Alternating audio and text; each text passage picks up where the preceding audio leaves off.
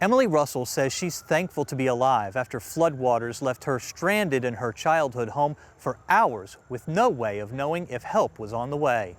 I mean, I really thought I was just gonna, drown in my own house. Emily Russell says she was home alone early Friday morning when she found herself surrounded by water. I mean, it was literally like you were stuck on an island, and I just didn't know what to do. There was no leaving the house at that point. Russell says she watched from her window as cars and RVs floated by.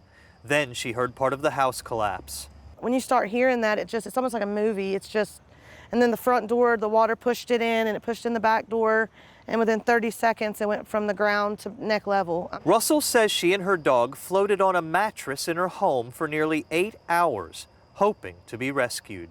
It's like you go from this scariest feeling and place to almost peaceful, because it was like you were already so scared, and your body's getting cold from being in the water, and you're getting sore from just shaking from being in the water, and it's just like your body almost goes numb. And it wasn't until 6 in the evening when Russell's husband, David, was able to reach her. And the minute I seen him, I thought this is my only chance to get out.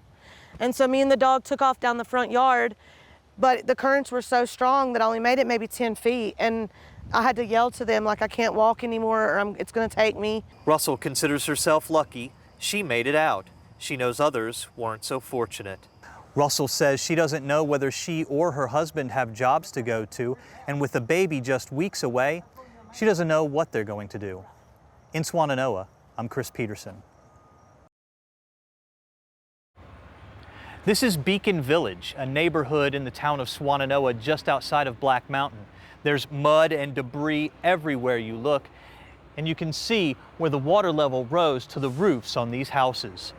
I didn't sleep at all Thursday night checking the updates. Tissika Shock says she received a mandatory evacuation alert on her phone around 6 o'clock Friday morning, but by then it was too late. It was already a river. Our street was already impassable. Like I know not to drive or walk in running water. So we were trapped. Shock says she and her partner took whatever food they could and moved to their 2-story garage.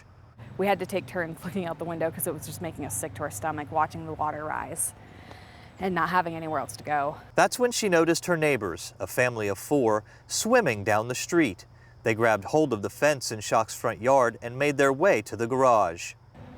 Seeing them be able to stand up at some point and just be able to take a second to breathe, and they all 4 were together, I was so happy that they were still alive. Shock says several of her neighbors were rescued from rooftops. They were on their rooftops calling out to each other, making sure they were still there and okay. People had been advised when they called 911 to get into the attic, but then water started coming into the attic, so they had to go back down into the water to get out a window and get on a roof. Shock says her house is the only dry one in the neighborhood. They have no power and are using rainwater to flush toilets. She says the blessing in all of this is the incredible bond she's formed with her neighbors in the midst of this tragedy. None of us have anything, but we are so willing to share with each other what we do have. And that's been really powerful. Shock says there is still one neighbor unaccounted for. The last time she saw him, he was floating down the street Friday morning. In Swannanoa, I'm Chris Peterson. The Whaleys opened this brewery in downtown Old Fort after years of farming. It may be months before they can reopen, but they consider themselves lucky.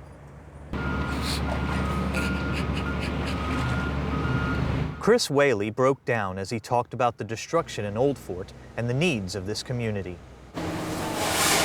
Whaley and his wife Jessica own Whaley Farm Brewery in downtown Old Fort. It sits on the banks of Mill Creek, which flooded when Tropical Storm Helene came through. I mean, it's pretty much totally devastated, but the walls are up, so that's great. And, from there, we'll just have to see. The more we dig and the more we sort of sift through everything and see what's salvageable and whatnot. You can hear the emotion in Whaley's voice as he describes how he and his wife climbed out of their home and made it into town. We climbed out, and then luckily our neighbors drove us, so we were able to get on the highway and come through. What was that like for you? Oh, stressful, but we're all alive. All of our friends and family are alive, so it's good.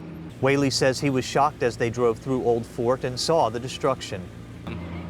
Just seeing everybody walking around seemed like everybody was in the same mental space. We just don't know what to do. And I'm sure a lot of people walking around because they don't have homes right now. So Whaley says once the mud and debris is cleared, they'll have to check the building to make sure it's structurally sound, a process that could take months.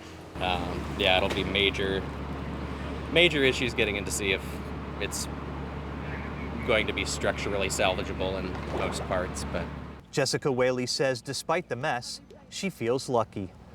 There's towns like Chimney Rock is completely gone, the whole town, just wiped off the map. Swannanoa, really bad. So I feel like we're lucky, we're better off than most. The Whaleys say they're grateful for friends and a community of entrepreneurs who are helping each other clean up. In Old Fort, I'm Chris Peterson. I'm here at Tractor Food and Farm in Spruce Pine. As roads clear, folks are able to make their way out of their small mountain communities that surround this area and come here to pick up food, water, baby needs, and other essential items. It's a smaller Katrina is what it is. It's total devastation. Charles Atkins shared what he's seen while driving around the mountain communities surrounding Spruce Pine. Homes completely gone, washed down the mountain. And you can't tell where it came from or what it is because at that point it's been crushed and mashed and tumbled, and all you see is people's lives laying here, people's life laying there. Adkins teamed up with Tractor Food and Farm to set up this makeshift grocery store. People can come here and pick up fresh produce and other grocery needs. They're also providing medical care. I've been out in every small area that you can get into, and every hollow you see is washed out. Yeah, people's having to walk out and get a ride out to get in here. They're cut off. They don't have no water, they don't have no power, no cell, nothing. Atkins shared with me the story of a farmer who lost everything. Elderly man, up close to 80 years old. It washed his cows away, washed all of his farm equipment away, and he had 5 foot of water in his house. And he was like, what do I do now? Adkins has this message for everyone here in the Triad. What if it was me? What if it was my children? What if it was my home? What if it was my cars gone? You know? That's the thing. It could happen anywhere. Adkins wants people to know that this isn't just going to last a week or two and then it'll be over. People will be in need here for months. In Spruce Pine, I'm Chris Peterson.